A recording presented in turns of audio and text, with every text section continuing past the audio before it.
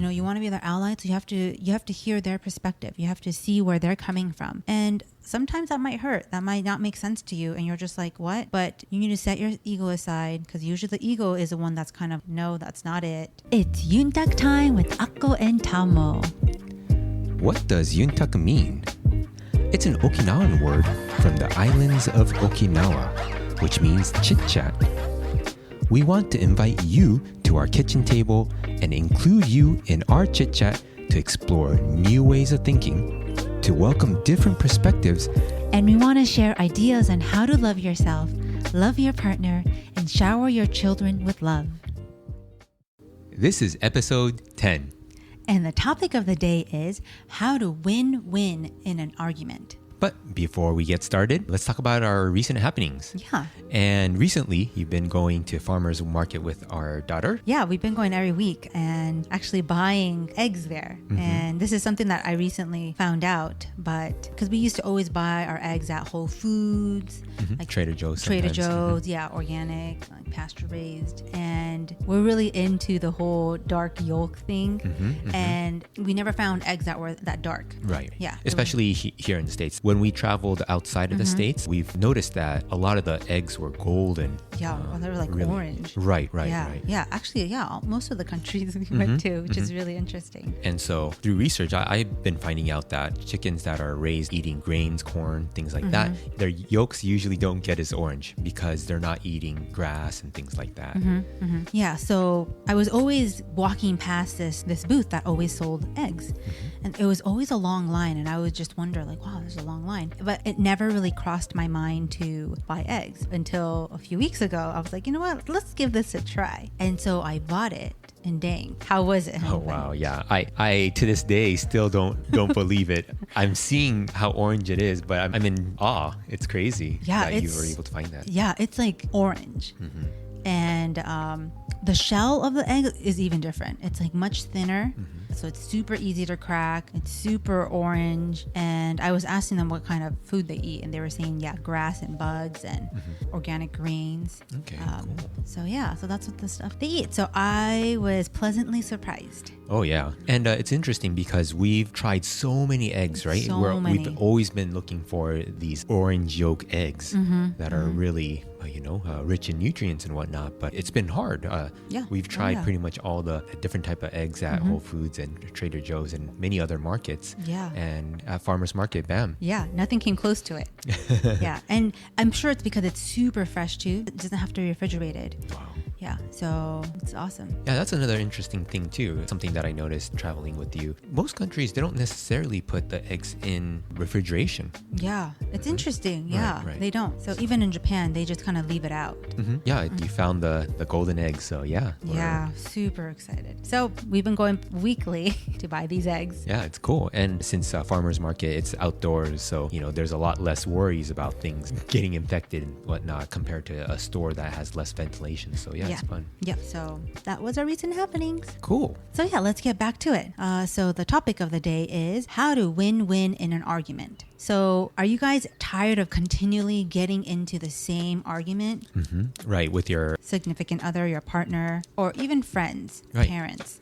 Exactly. And this definitely could extend out to friends and family too. And I want to share our story where when we first met, we got along great, right? And things were good. But of course, when two different people get together, there are bound to be disagreements, arguments, and things like that, right? Because, we're not the same people. We don't read minds, right? Exactly. And when things did come up for both of us, I usually tended to shut down and not really want to communicate much. I needed my own time, whereas I was super overbearing. I was like, let's talk about it right now. Or it's been like 2-3 minutes. Like I'm ready to talk about everything now. Right. And while I'm here going, I need a few days. And you're like, yeah, I need it now. And it was very hard for me in the beginning to understand that and accept that he needed a few days to process everything.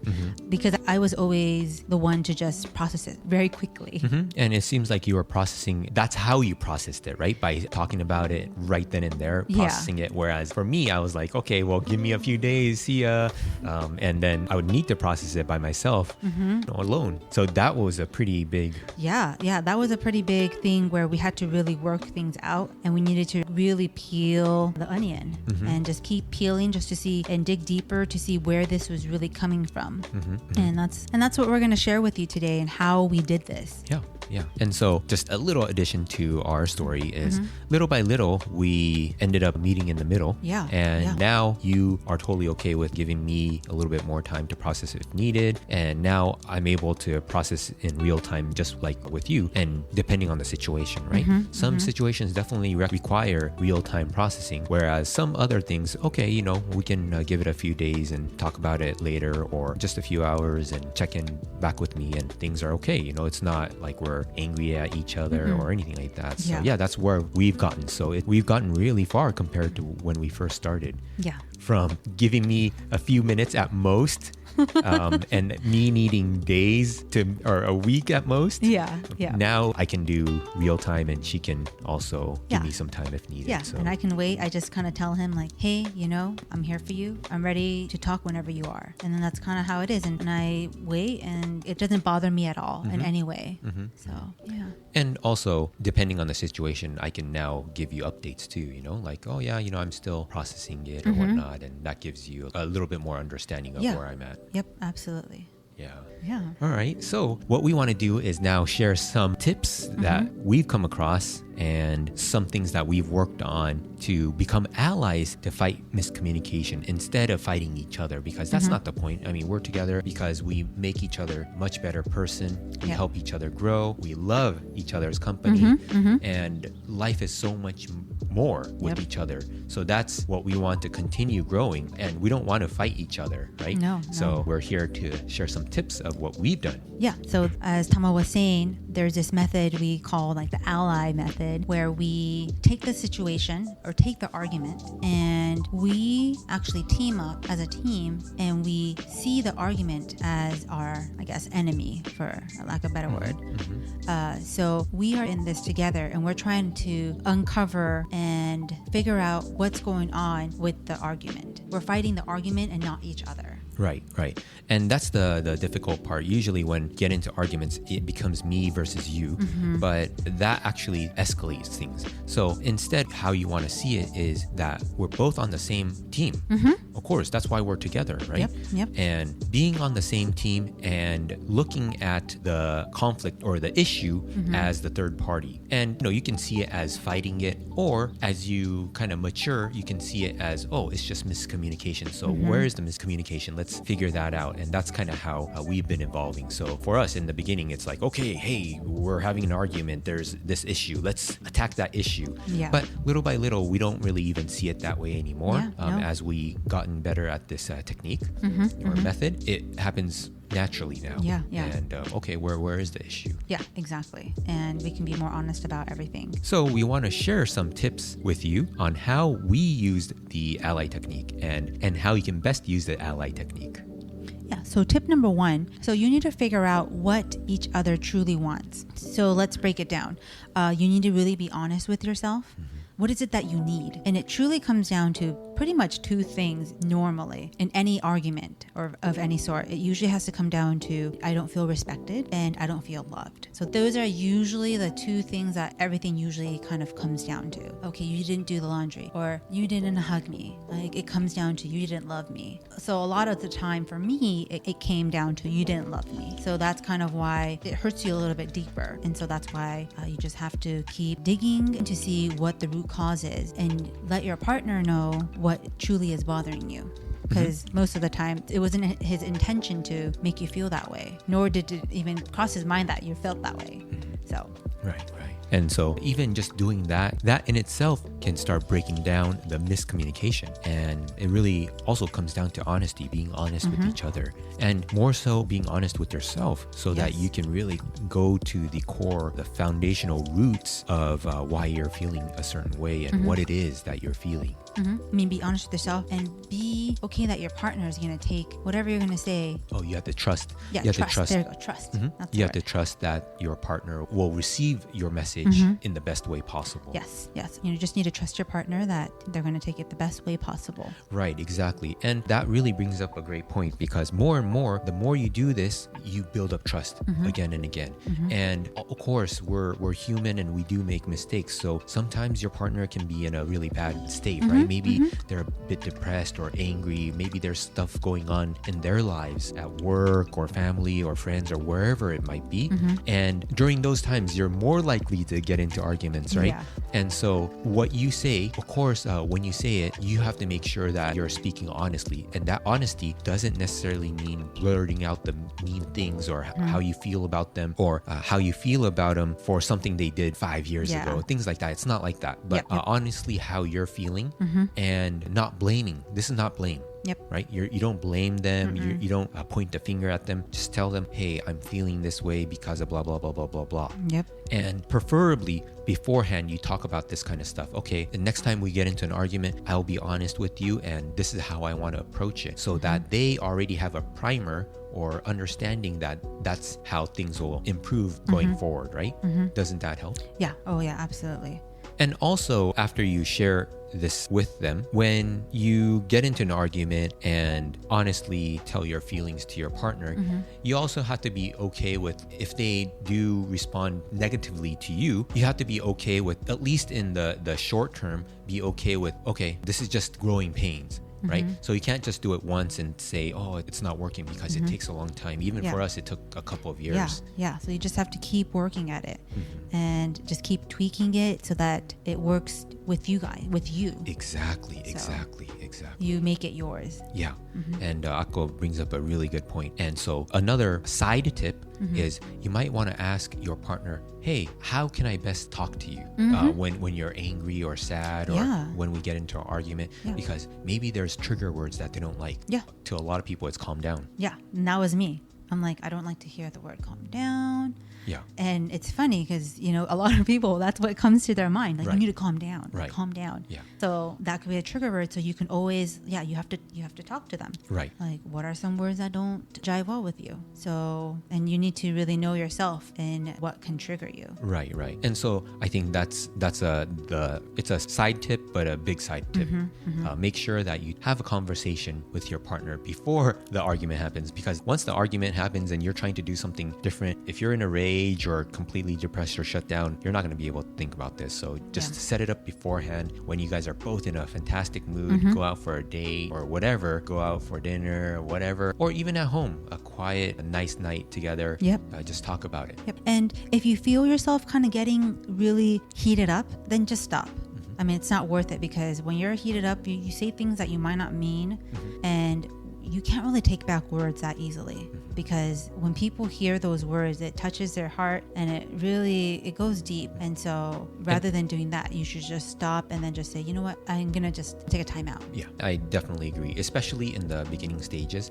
And as you start to mature and grow, then the interesting part is those blurting out of unnecessary things happen less, but you give your partner a lot more benefit of the doubt, and you start to look at things much more positively, right? And so it ends up becoming better from both ends. You're less likely to blurt out stuff, and you're much more likely to see things positively. It's pretty amazing. So you bring up a very good point. So Tama was saying, you end up, let's say you say something, you end up actually really taking that word, you give them the benefit of the doubt, and you're just like, okay, and it doesn't affect you as much anymore. And not only that, if it's something that they said, and we usually call it verbal diarrhea. We do. When maybe we're just in a bad mood or whatnot and say something, we're able to brush it off a little bit more, but we actually even more so take their words seriously without getting attached to it. What I mean by that is, we, especially if things were coming from a really good place, which most of the time it is now. I would say 99.99999%. It is. So we listen. So for example, we're just talking about, I think, what annoys us, right? And you had told me that me leaving out the socks was getting annoying. So I took that seriously. Hey, sorry, that's something that I wasn't aware of. And I made really big effort to make sure that that never happens. And it made a huge difference. And it pretty much self-corrected itself. And I hope that I don't do that any longer. So yeah, I think that's really the point too. Yeah, I completely agree. And another tip number 2 is, I think we already kind of talked about it, but setting aside ego and listening without judgment or shutting down. So like we were just saying right now, you need to listen without any judgment. So if you have those river diarrheas, you just have to just listen. And just give them the benefit of the doubt, and don't shut down just because you're hearing things that you don't want to hear. Right. And you need to fully open your heart, and you need to fully open your heart and mind to your partner, because you want to be their ally. You want to be their ally, so you have to hear their perspective. You have to see where they're coming from. And sometimes that might hurt. That might not make sense to you, and you're just like, what? But you need to set your ego aside, because usually the ego is the one that's kind of, no, that's not it. And you just need to set that aside, and you need to take their words seriously and with care, and really consider what they're saying. Yeah, definitely. And of course, when it feels like an attack to you from your partner, especially interesting, right? How someone that you love and you care for and you want to be with, what they say can hurt you so much, right? But what we want to do is set aside all that ego and judgment, not shutting down. Instead, just being really open.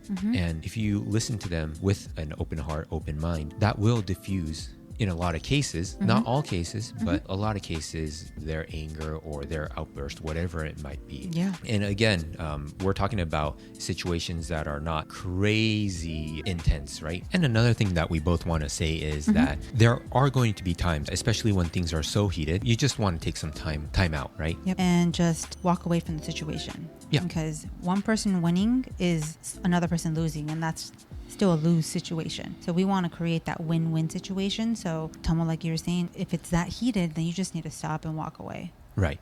And the interesting part is it may seem like someone wins and someone loses, but all those, I think there are losses for both sides. That's kind of how I see it. If you both can't win together, I don't really know if that's a true win, right? For anyone. Yeah. And not to say that you always have to come up with one solution that both of you are completely agreeable to. It just really depends on the situation. So be very flexible, and then little by little, you'll see that your relationship, communication, and everything will start to really take off. Yeah, I agree. I completely agree. And as a last tip, and this is more of a mindset tip, we are in it together. Like you were saying right now, we're in it together. So you want to make sure that you're fighting for the both of you guys and not just one person. Right. And so figuring out what it is that's triggering the both of you. So it might be something that's triggering me. So for me to know that, and then for you to also know what's triggering you, and then putting that onto the table, and then discussing, okay, how can we resolve this, and continuing to think, hey, we're in this together. We're not against each other. We're in it together, right? We're on the same team. Right, because that's exactly the thing. Life in itself can be very difficult, but if you're fighting with the person you love the most, that makes it even more difficult, right? So you don't want to do that. You want to have your partner hand in hand together, walking on this journey we call life together. Yeah. And when you do that, it really becomes so beautiful. It does, and much easier. Right. Life becomes very easy. And even when it's difficult times, you can really help each other cope a lot better, and just have that warmth and love that you need. Yeah, well said. Yeah. So it's that time. So try out this method and let us know how it works for you. We'd love to hear from you. Please comment on our YouTube channel by searching Yuntaku Time. All right, till next time, take care. Bye.